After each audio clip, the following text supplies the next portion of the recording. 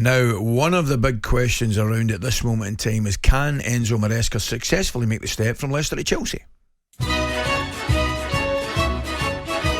Here's Dewsbury Hall, shoots into the top corner!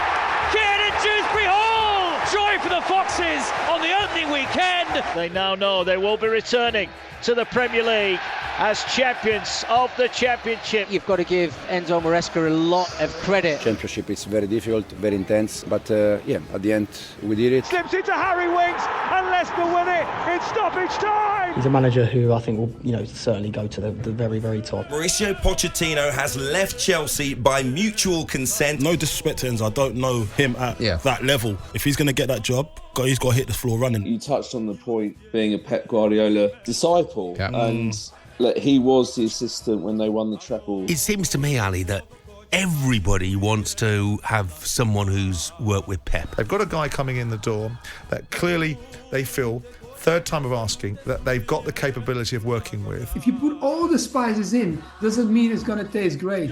You got to take your time before you get the real nice roast dinner on a Sunday in England. You got to take your time, guys.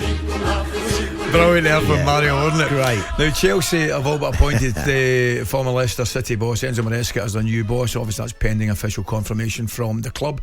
The Italian will take over on a 5-year contract with the option of an extra year. I wish I could get a bet on him not seeing the 5 years out, even if he is successful. He follows in the footsteps of some iconic Italians who have graced the pitch and dugout at Stamford Bridge. Absolutely, including the late, great Gianluca Vialli. What a man he was. Brilliant. Gianfranco Zola. Oh, what a footballer, what a gentleman as well. And obviously Roberto Di Matteo and many, many Conte. more. Yes, of course, Conte. Yeah. There's been something look, he's going into a scenario there, Ali, at Chelsea, where he's following some very, very successful men. He really is. And Enzo was when I finished at West Brom, Enzo was a young kid there. He was playing there at West Brom. No way. Yeah, and he was a really talented young lad. He was a very talented, very gifted footballer. Was he? Yes, he was. And What he was type of player was he? Well, he was a we playmaker. know about his coaching, his manager. Yeah.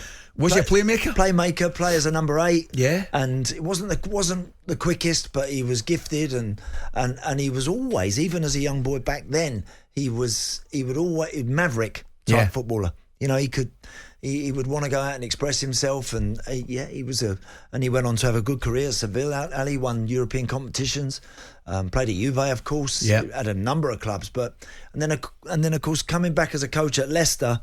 Started like a train, didn't it, at the start of the season? Yeah. It was incredible. And then they had that wobble. They all did, Andy. There's lots of teams do, exactly. All the teams, Southampton had it, Ipswich had it. I think they all had it at a certain point. You're right. Obviously, the focus of attention will be on him, and it's an interesting one, and I've said it publicly as well. I don't know what the deal was with Pochettino and Chelsea, but clearly I for the life of me, I couldn't see the decision to get rid of him. I didn't understand it particularly either. Final of the League Cup, should have beaten City, I think, in the semi-final. Had a great end to the season, Europa League nearly, and obviously with the way the Manchester United result went. However, finished the season really well, full of optimism. I would have thought for next season. I agree. What's he going to have to do? Well, it's again. It's not going to be an easy job because again the new owners and those that are running the club at the Bridge have clearly got their ideas on the way that the structure of the club is going to be run. And Enzo, give me your views on that first of all. And look, that's why you would imagine that's why Poch said, look, hold on a minute, I can't have this. I'm not having you bringing everybody through the door, chucking them at me, and then I've got to have some input into the type of players that are coming in, which you would have thought is common sense. I thought that's fair. Yeah, it's fair as well. If you're asked, can I tell you the type of guys that I'm looking for? You identify them, and then we'll have the big debate on whether we get them or not. But look, so as a young coach, Enzo's been given a great opportunity at Chelsea, and you wouldn't have thought there's going to be too many complaints about the way that the owners are going to take the club forward in that respect. So managing upwards, Ali, is a phrase obviously used in terms of how you deal with these people above you. You've done it. You've been in the hot seat. How difficult is that first and foremost? Well, it was bordering on impossible where I was at that particular time. Yeah. I mean, clearly he won't have. He won't have those issues. He'll have his own problems, but yes, hopefully he won't have the issues that I had. But it's something you've got to meet head on. I mean, you've got to face it and accept the challenge, accept them, know they're coming your way, and deal with them. Yeah, well, there you go. So I think managing upwards for Enzo is going to be interesting how he does it. His main focus, of course, is going to be what's happening out there on the park. So I would have said, if I was Enzo coming in, I think one of the things I'm sure he would have said to Todd Bowley and the sporting directors and everyone else, Nick Barley that he's talking to, about Conor Gallagher, who I thought had a really good season last year. I thought he played some really good stuff, Conor. Actually, when I'd seen him at Palace, he had an eye for a goal and he was running forward, he run beyond people, get in the box, and he kind of had... Chelsea this year, Ali, added more to his game. I thought he played really well. And his partnership with Caicedo is a better one than what Enzo had with Caicedo. Of course it is. Much better. Of course it is. Much better. And so I would love to think that Enzo could say to the hierarchy, look, I appreciate the books have got to be balanced and etc., but please don't sell me captain. Yeah. I need him. I want him to stay. I desperately, genuinely want him to stay. And do the vast, if not all, the Chelsea fans. Do you know, I would think...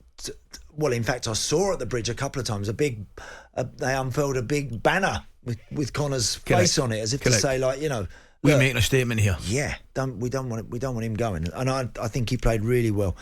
Got to sort out the little bit of a conundrum with Enzo. Yeah, right now, obviously he was injured at the back end of the season. He's clearly a gifted and talented footballer. That's not up for debate. But trying to get him integrated, it didn't quite work. Yeah. We never saw the best of him, did we? Agreed. Didn't really get exactly where his best position was, and we just couldn't seem to see the very best of Enzo. So I think that's something that's got to be sorted.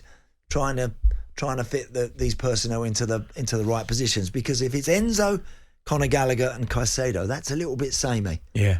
Whereas when it was Gallagher, Caicedo, and Cole Palmer, then you had a really lovely feel about the way that was moving. It's just one of these things, Andy.